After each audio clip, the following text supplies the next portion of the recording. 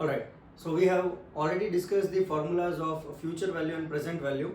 Now we are moving towards the calculation part. I have written 3 examples here.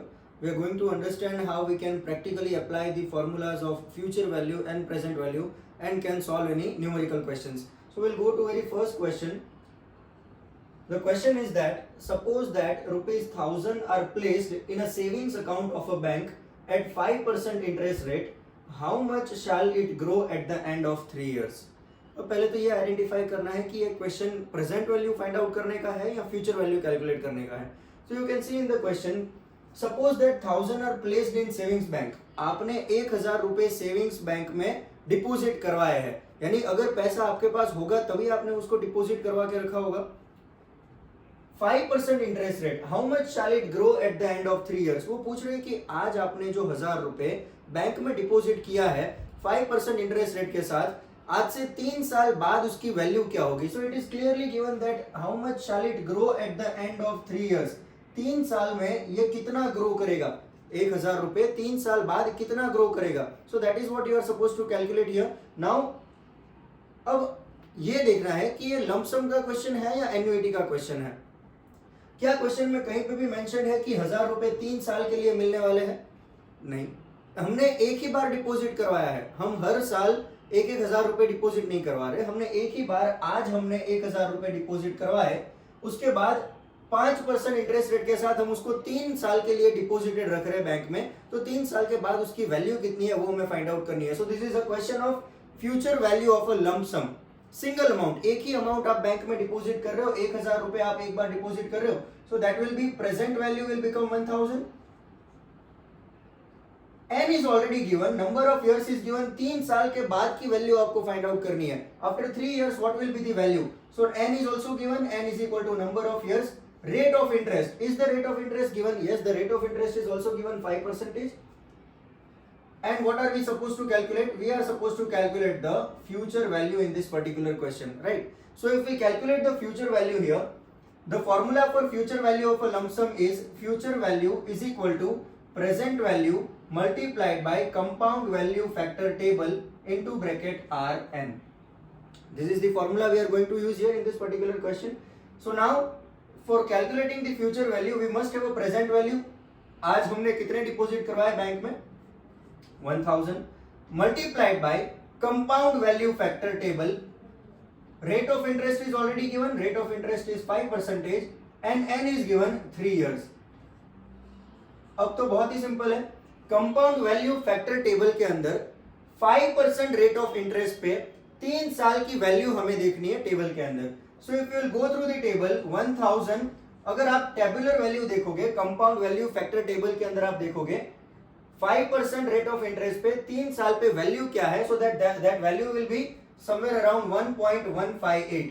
that value will be 1.158. now multiplying by 1000 your answer will be 1158 rupees.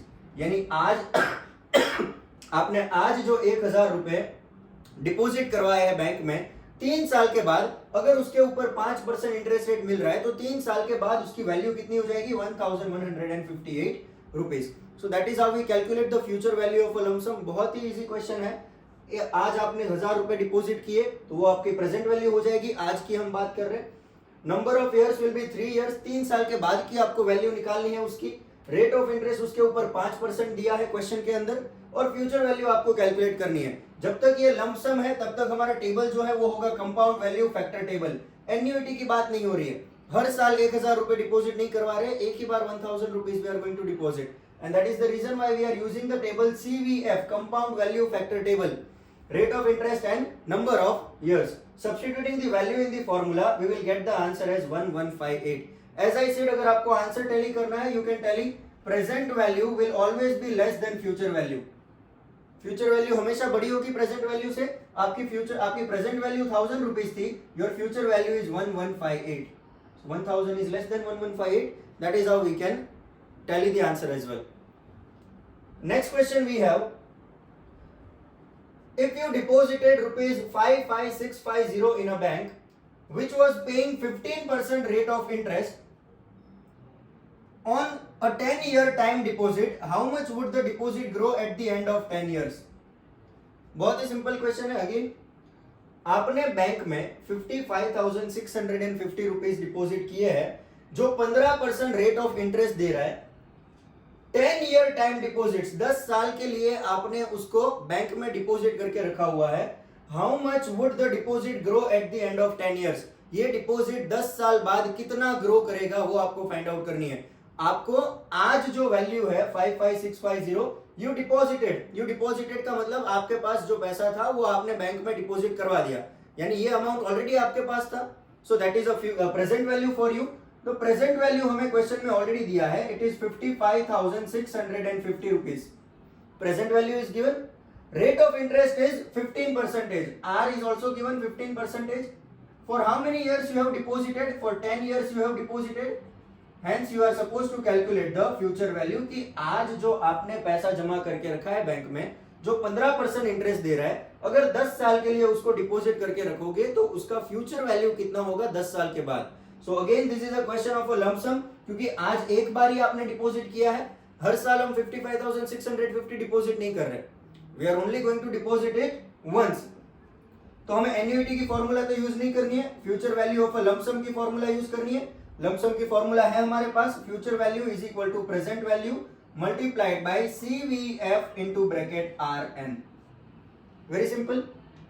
Putting the values in the formula 55650 multiplied by CVF, rate of interest 15%, R is equal to 10 years. So now if you will go through the value, अगर आप compound value factor table में आप value देखोगे, 15% rate of interest और 10% की value अगर आप table में देखोगे, that value will be somewhere around 4.046.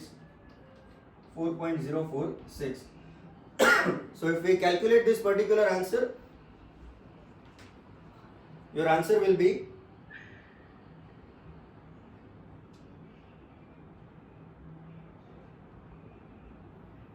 So if we calculate this question, your answer will be 55650 multiplied by 4.046.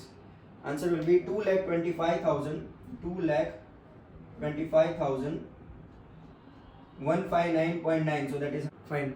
So the third question we have here is, suppose a firm deposits rupees 5,000 at the end of each year for 4 years at 6% rate of interest. How much would this annuity accumulate at the end of 4th year? Now we'll first have to identify whether this question is of a lump sum or an annuity. Fine. So let's see. A firm deposits rupees 5,000 at the end of each year. In question it is already mentioned that 5,000 rupees एक firm जो है वो कहीं पे deposit कर रहा है. Each year, हर साल 5,000 रुपए डिपॉजिट कर रहा है. Now as I said कि अगर कोई एक स्पेसिफिक अमाउंट आपको एक साल से ज्यादा बार कहीं पे पेमेंट करते हो, कहीं से रिसीव करते हो, in that question this becomes a question of an annuity. So it is given. जब भी क्वेश्चन में आपको ईच ईयर दिखाई देता है, उसका मतलब ये है कि ये पेमेंट एक से ज्यादा बार होने वाला है, हर साल होने वाला है, तो ये क्वेश्चन हो जाएगा एन्युइटी का question. For 4 years at the rate of 6% interest rate, 6% interest rate पे ये अमाउंट डिपोजिट किया जाएगा.